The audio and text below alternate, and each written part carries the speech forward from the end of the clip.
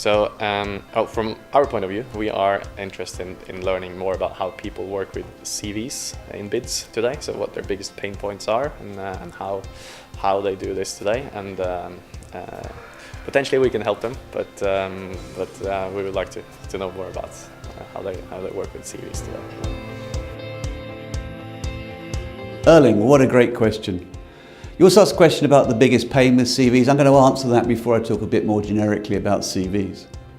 The biggest pain with CVs is storing information in a way that is reusable and adaptable bid after bid.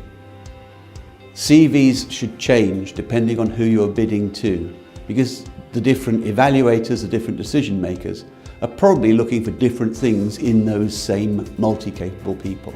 But let's talk about CVs in general and talk about CV as a proof of capability. Resume versus CV, what that means, the use of photographs, and finally, the use of summaries. So let's go through the 4 steps. CV is a proof of capability.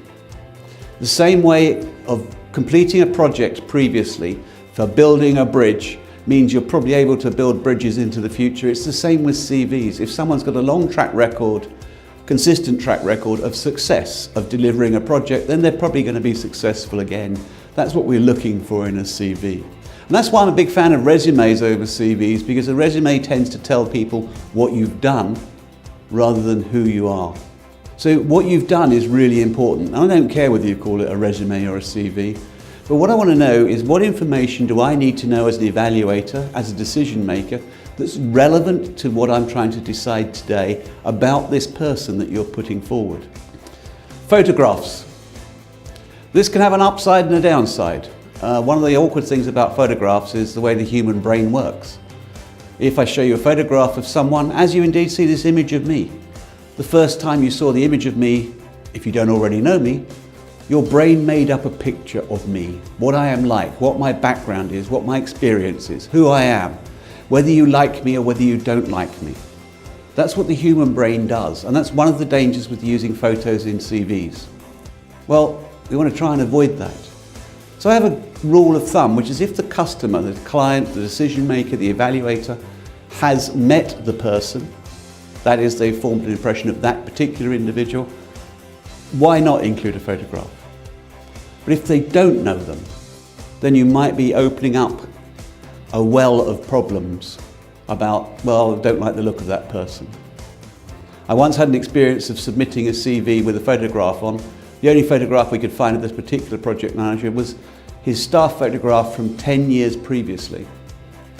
And when we went to the discussion with the client, the first thing they said was, why are you putting forward such a young person to deliver this project? They hadn't read the CV, they'd looked at the picture. So be quite wary of photographs. Summaries. I don't want to read the CV, I might be interested, but I'm not really interested at the time I'm doing an evaluation. So it's very important that at the top of the CV is a summary, a few sentences or a few bullet points that summarize why this person is the right person for this role. And I'm a massive fan personally, outside of the CVs or at the front of the CVs, of including a table. Very simple table. List down the left-hand side the individuals that are going to be part of this project, the people that we're putting forward. List across the top the competencies that are required to deliver this project. And then mark up who in the team has which competencies. This gives the evaluator an index to go and look at the CVs. So as an evaluator, I'm looking to see that Linda has capability A, C, D and E. I go there on the CV. I'm not going to study marks because you're only claiming B for him anyway. And what pretty much tends to happen is once they've checked a few, they tend to believe the rest. So that's, I believe, how we should be using CVs in bids or resumes. Really interested to hear if anyone has any other thoughts or other experiences that they'd be willing to share.